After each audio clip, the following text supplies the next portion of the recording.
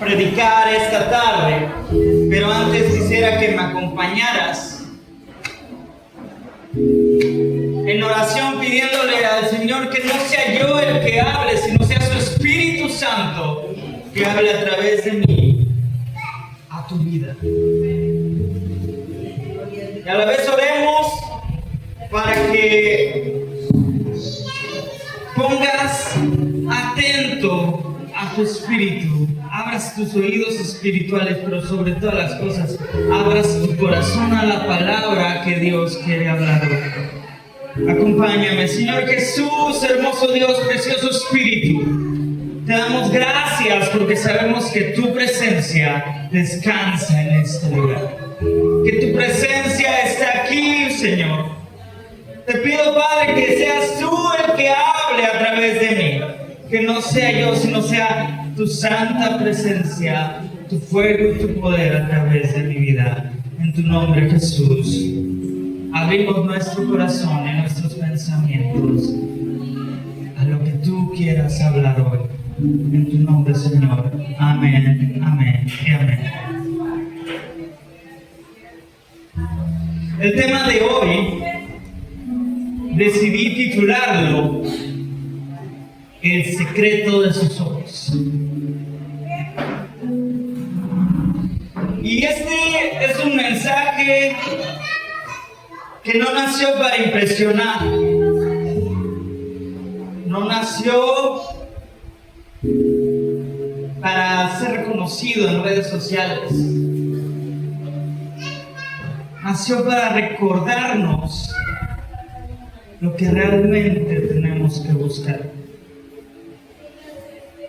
Este mensaje nació para llevarnos al secreto, pero al secreto de sus ojos.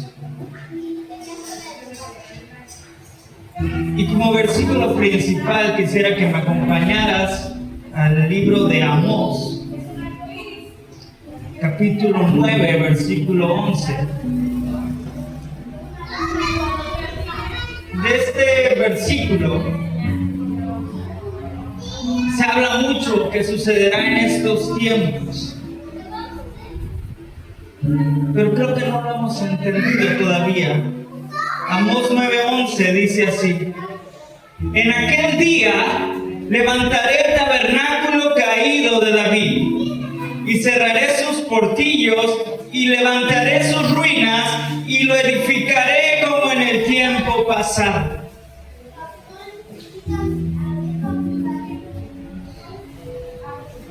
Y escuchamos el tabernáculo caído de David. Y si les pregunto quién es David, dependiendo el contexto, muchos me van a contestar el segundo rey de Israel, porque el primero fue Saúl. Otros me van a contestar, es un mito porque sí hay evidencia sobre Saúl, pero David tal vez un mito.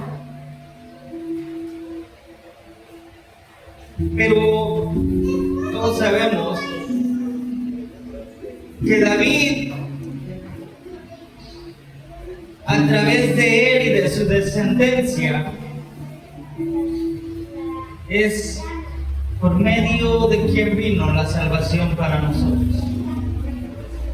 Por eso Jesús se le llama Jesús, hijo de David, en la iglesia, en la Biblia y en la iglesia muchas veces se canta el hijo de David y su reino no tendrá fin. Y hablamos de tabernáculo. ¿Alguien de ustedes sabe qué es el tabernáculo? Déjame contarte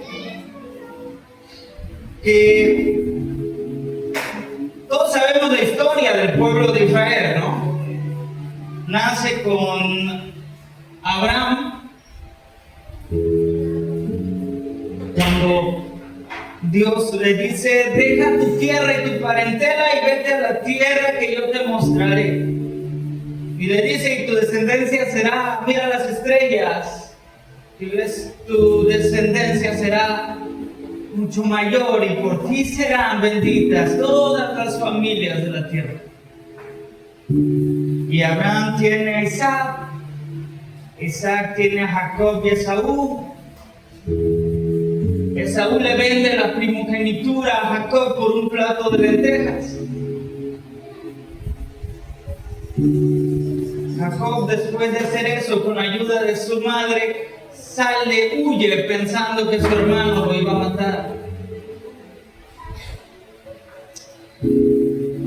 Jacob llega a un pueblo donde estaba un tío de él, creo, y trabaja 7 años por una de sus esposas, y resulta que a la hora de la hora no le dan a la que él quería, le dan a la otra. Y trabaja otros 7 años por la que él quería. Y pasan muchas cosas hasta que llega el momento que tiene que regresar. Y es un momento que se para a descansar en un lugar que lo llamó Betel. Y ahí peleó con el Señor, con el ángel del Señor, y quedó marcado porque peleó con el ángel y le cambió el nombre de Jacob, que era el suplantador, a Israel. Y de ahí el pueblo de Israel tiene momentos gloriosos cuando después, te estoy resumiendo la historia. Y hay un momento en que Jacob tiene 12 hijos. Y ahí está de José el soñador, del cual todos sabemos. El caso que por José entra en Egipto porque llega a tener un lugar de autoridad. Y viven bien hasta que José muere y tienen un tiempo de prosperidad en Egipto, pero de ahí se apartan del Señor y quedan esclavos. Pasan un largo tiempo de esclavitud hasta que Dios manda a Moisés y le dice: es momento de que liberes a mi pueblo. Y el pueblo de Israel estaba acostumbrado a adorar a dioses de Egipto, a dioses paganos.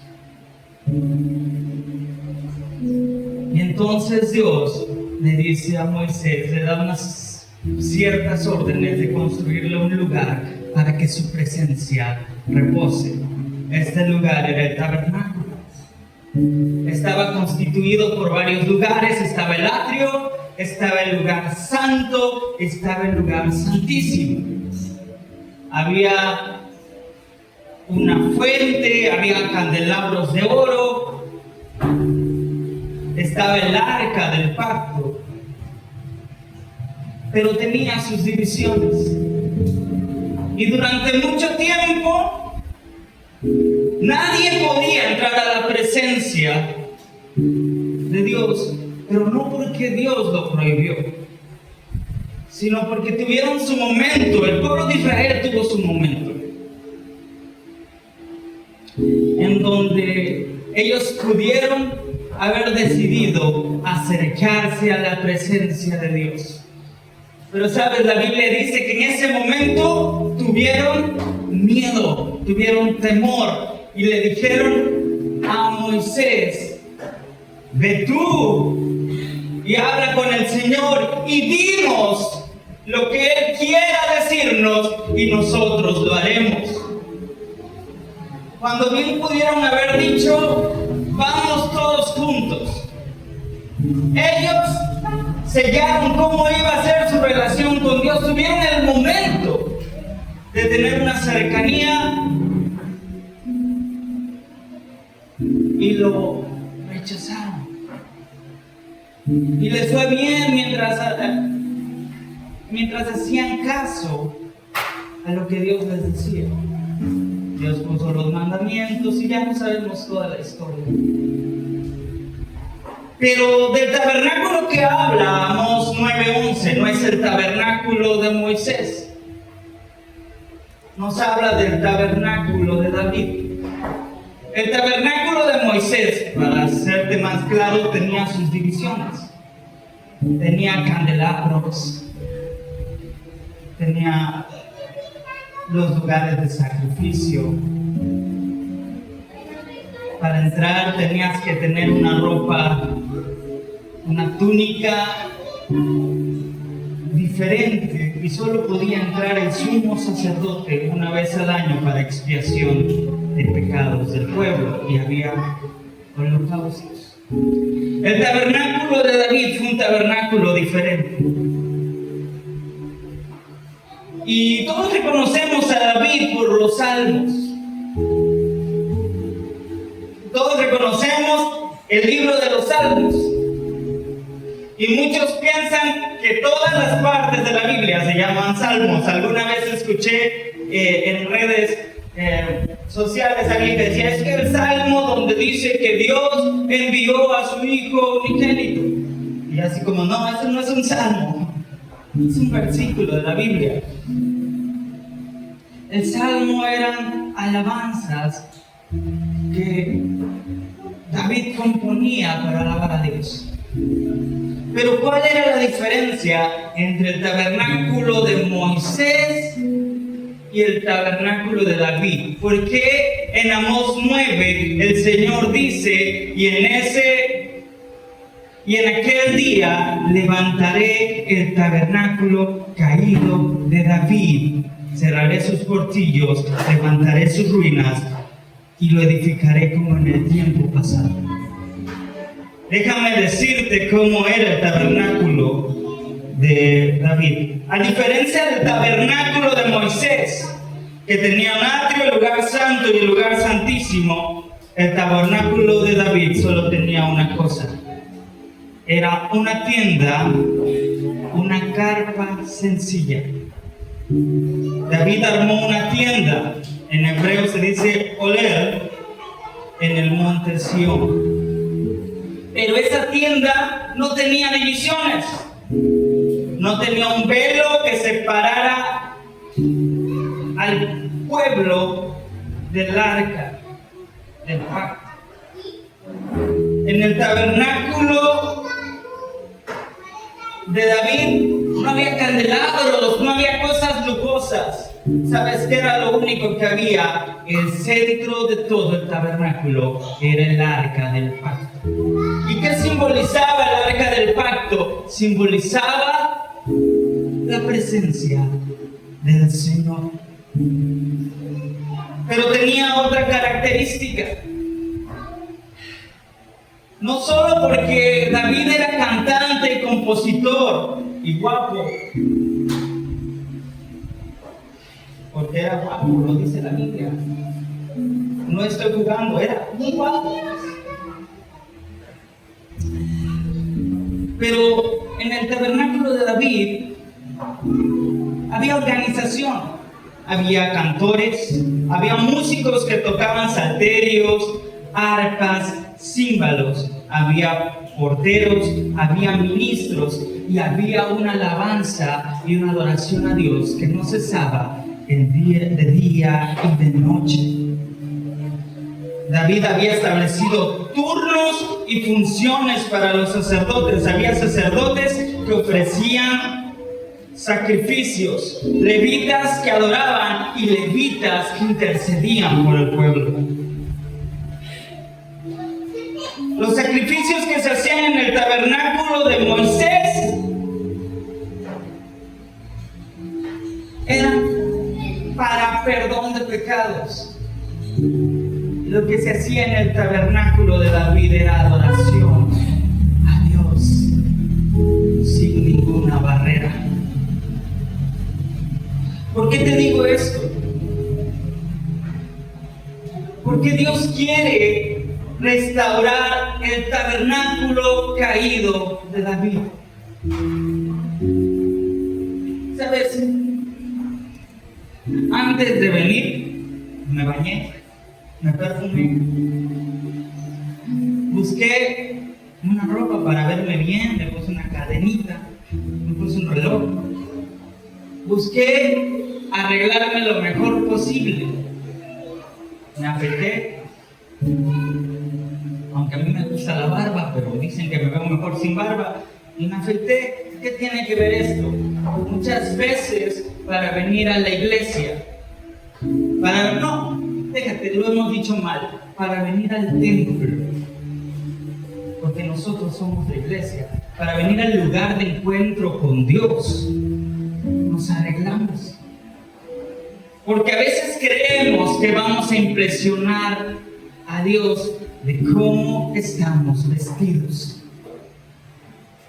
Y déjame decirte, las vestiduras eran algo importante en el tabernáculo de Moisés. Porque en las vestiduras tenía que estar hecha de una tela, no tenía que estar combinada de diferentes telas, ciertos colores. En el pecho tenía que tener ciertas piedras preciosas.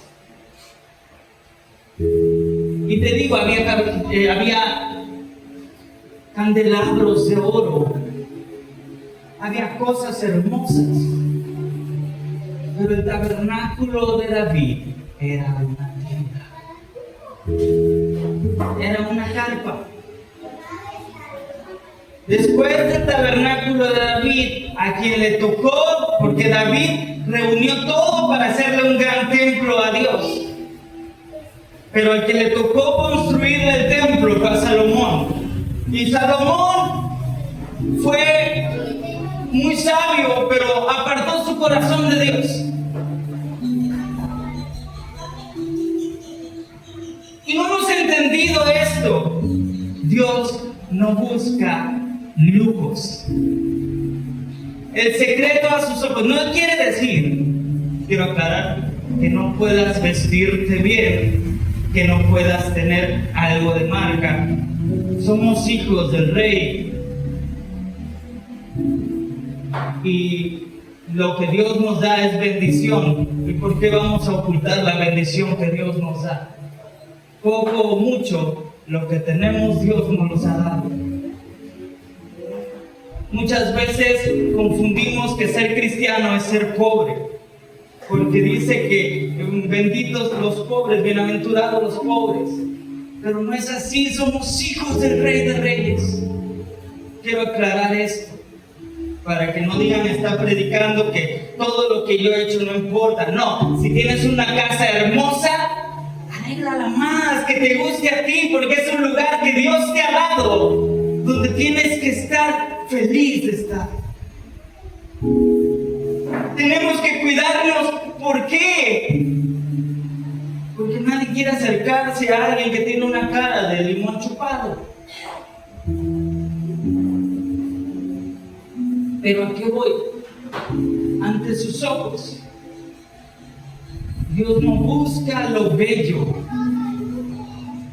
busca un lugar disponible donde su presencia sea el centro, donde su presencia habite y se le alabe de día, de noche, sin cesar.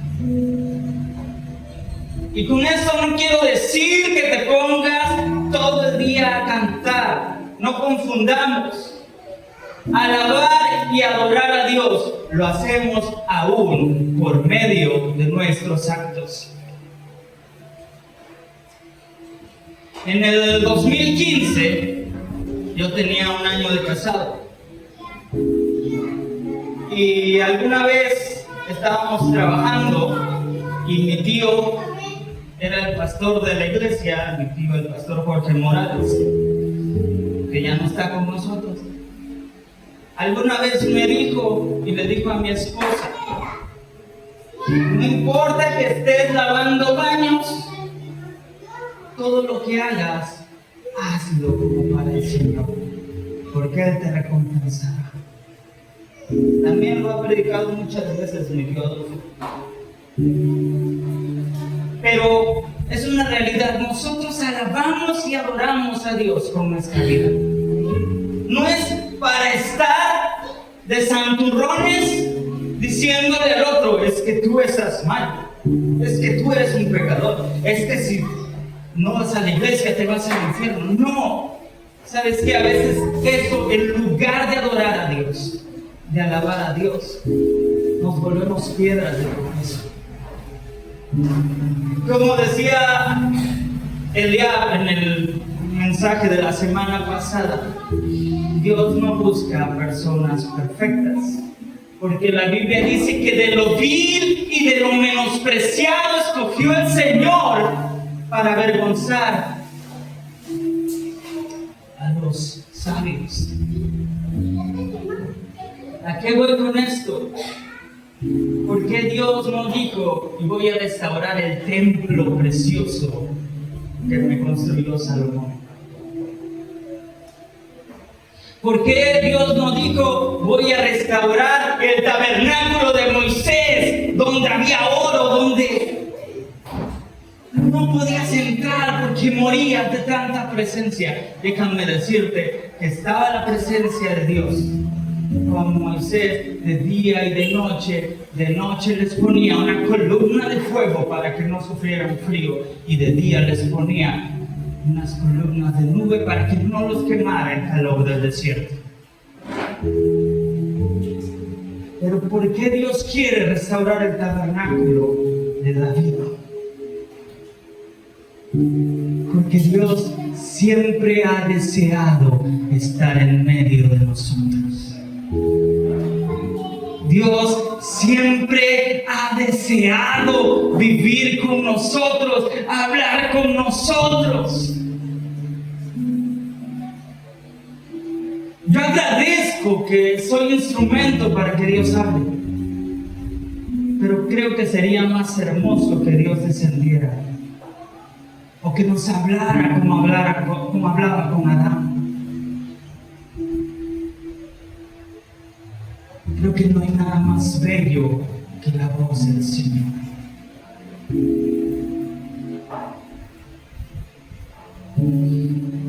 Dios quiere restaurar el tabernáculo caído de David, ese que alguna vez ardió en fuego, el que hizo arder los corazones del pueblo de Israel. Quiere restaurar el tabernáculo de David. Quiere restaurar esa relación que había entre David y Dios, que lo tengamos nosotros. No es decir, ¿qué relación? ¿Sabes? David pudo haber tenido 10 esposas o más si quieres. Pudo haber visto bañarse a Betsabé, estar con ella, embarazarla y matar a el esposo de Betsabé, a Urías. ¿Y sabes por qué Dios lo permitió? ¿Y sabes por qué Dios aún permitió que el linaje de la salvación de la humanidad viniera a través de él? Si dijeras, había pecado en él. Porque había pecado, pero así como pecaba, se arrepentía. Había pecado, pero no había falta de deseo por su presencia. En el Salmo 27:4, David lo demuestra muy bien. Y dice, una cosa he demandado al Señor, esta buscaré, que yo esté en la casa del Señor todos los días de mi vida, para contemplar la hermosura del Señor y para inquirir en su templo.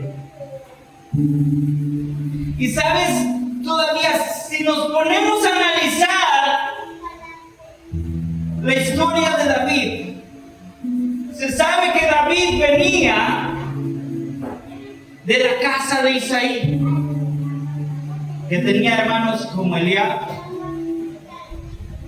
no como como Eliab, se llamaba Eliab su hermano.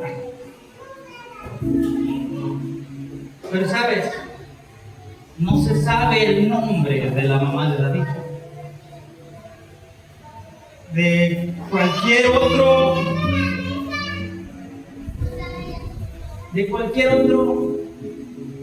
la mamá de Samuel fue Ana, la mamá de David fue, no sé. La mamá de Jesús fue María. la mamá de David, quién sabe. De acuerdo a la traducción, a la tradición, de acuerdo a la tradición, pero en escritos rabínicos, muchísimos siglos después, se le empezó a dar un nombre y tradicionalmente se creía que la madre de David se llamaba Nisebet Bat Adalel, pero eso ya fue en la tradición judía, en el Talmud y en el Midrash, pero no aparece en la Biblia, solo en escritos rabínicos posteriores. Pero también muchos creen que tal vez Isaí mandó a David porque David había sido concebido en pecado. Muchas veces lo dice David, concebido fue en pecado. Entonces, date cuenta, no buscó a alguien que viniera de una descendencia real. Hizo una descendencia real.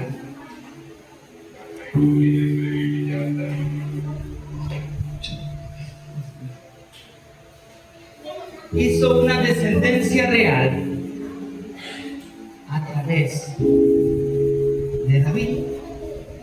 Con todos los errores y todo, Jesús fue llamado hijo de David. Jesús fue llamado el león de la tribu de Judá.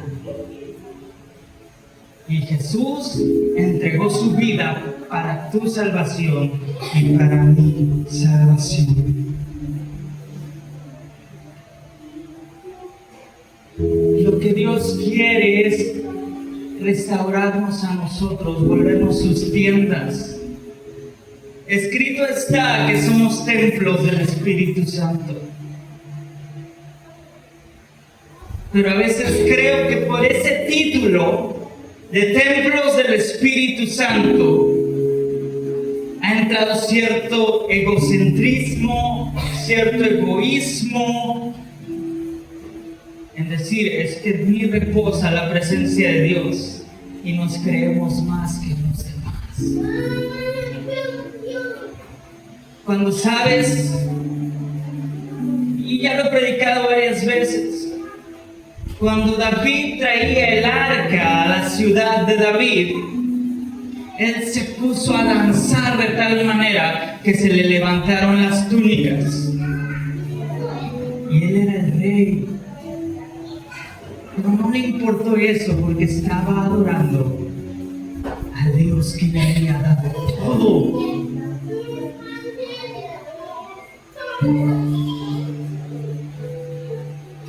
Jesús fue nuestro Salvador y lo ha dado todo.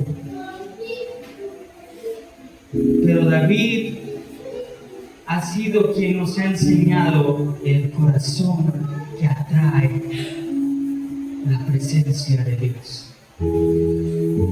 Porque sabes, y te voy a ser honesto, durante mucho tiempo en mis oraciones era: Señor, quiero dinero para vivir bien.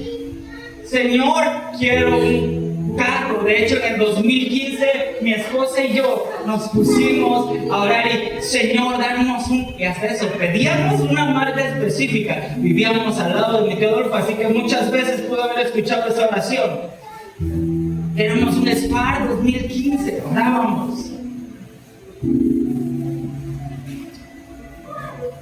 Déjame decirte que estoy por cumplir 12 años de casado. Y hasta ahorita no tengo carro. Pero justamente este año he entendido muchas cosas. He empezado a ser feliz nuevamente. Porque muchas veces me frustré.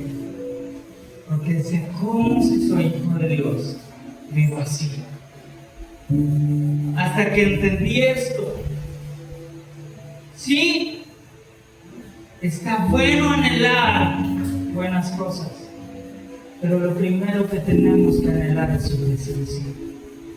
David no anhelaba conquistar reinos, no anhelaba ganar batallas, anhelaba la presencia de Dios. Y la Biblia dice, deleítate a sí mismo en el Señor y Él concederá las peticiones de tu corazón. También lo dice, busca primeramente el reino de Dios y su justicia y todas las cosas serán añadidas. Y sabes, este año, aunque tal vez empezó mal, pero es el año en el que durante mucho tiempo, déjame decirte que había frustración en mi vida, porque yo quería tener mi lugar para poder grabar mis canciones. Yo quería tener una cámara para poderme grabar. Yo quería tener instrumentos porque si a alguno de mis hijos les interesaba la música, lo tuvieran todo.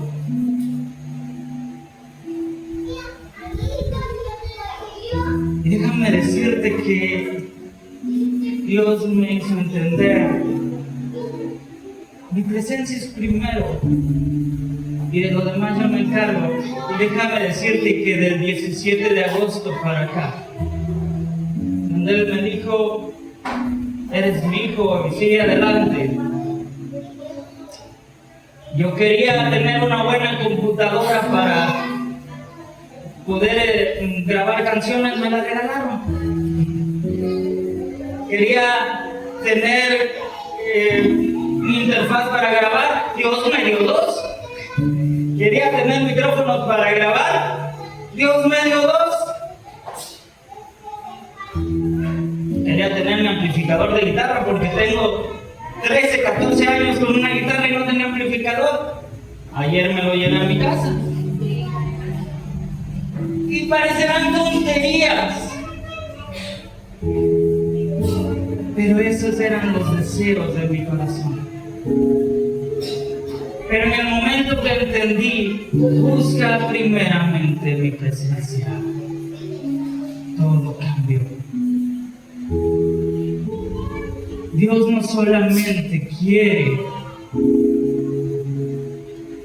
restaurar el tabernáculo de David, quiere restaurar y hacer David en nosotros. Queremos avivamiento. Deleítate a sí mismo en el Señor y Él concederá las peticiones de tu corazón. ¿Y en qué momento te vas a avivar? En el momento que aprendas a deleitarte en el Señor. Deleitarnos en el Señor no quiere decir estar alegres todo el tiempo, sino saber que pase lo que pase, Dios está con nosotros. David lo dijo muchas veces. Hay una parte en un salmo que dice, cuando siento miedo, pongo en ti mi confianza. Eso es deleitarse en el Señor. Cuando dices, ya no puedo, pero sé que estás conmigo, así que lo demás está de más. No quiere decir que no te sientas triste, no quiere decir que no falles, porque sabes, si yo te digo que no vas a fallar, que no vas a pecar, que no vas a desear tal vez los tiempos pasados, te estaría mintiendo. Porque somos humanos. Y siempre va a haber algo que nos va a querer hacer retroceder. Siempre va a haber algo que nos va a querer hacer sentir tristes. Siempre va a haber algo que nos va a querer hacer dudar. Pero si aprendemos a ser la tienda del Señor y aprendemos que somos el tabernáculo de David, y más grande que toda duda, más grande que todo deseo, es la presencia de Dios que reposa en nosotros y nos deleitamos en ella. Te puedes reír si se levanta un ejército contra ti, Porque van a caer 1000 y 10,000 a tu lado, pero a ti no te van a tocar. ¿Sabes cuál es el secreto para que Dios te llame un hombre conforme a tu corazón, una mujer conforme a su corazón? Deleitarte en su presencia. El secreto no es ser perfecto. Somos individuos, pecamos. Siempre pecamos, somos humanos. Muchas veces creemos que el único pecado es el pecado sexual y no. A veces pecamos mintiendo, a veces pecamos enojándonos. Pecamos de muchas maneras. A veces pecamos diciendo que me dice, oye, no tienes 5 pesos que me des. Y nosotros sí lo tenemos, pero no lo queremos dar. A lo que voy es, estamos muy acostumbrados a llamar pecador al que hace algo que tal vez a nosotros no nos parece bien. Pero se nos olvida que nosotros también lo somos. Y siempre vamos a ser pecadores, pero siempre vamos a tener un lugar a donde correr. Y ese es Dios. Y ese es Jesús. Porque tenemos un solo mediador entre Dios y los hombres, y es Cristo Jesús. Y Cristo Jesús, Él sí fue perfecto. Él sí tuvo la oportunidad de pecar y no pecó. Fue tentado en todo. En todo lo que tú y yo podemos ser tentados, fue tentado Jesús y salió campeón. Y sabes que si la presencia de Dios reposa en nosotros, si nos volvemos un tabernáculo como era el de David, y no ponemos restricciones, sino solo la presencia de Dios que habita en nosotros. Dios no ve tu pecado, ve a Cristo en ti, y como Cristo vivió pero no pecó, Él te ve perfecto. Con todos tus errores y defectos, si aceptas a Cristo y sabes que solo tienes un abogado con Dios, así como hay un acusador, tenemos un abogado con Dios, y ese es Cristo Jesús, solo un mediador.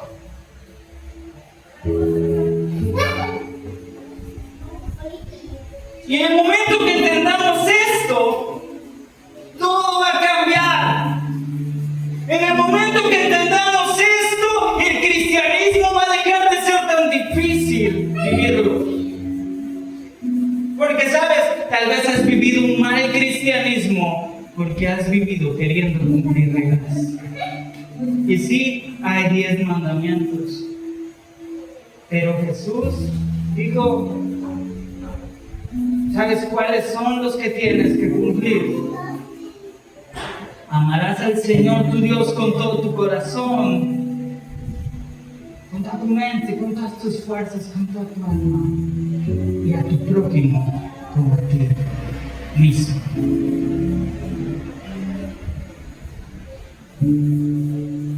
Todo lo demás está de más. Amemos a Dios con todo nuestro corazón para que podamos amar a nuestro prójimo.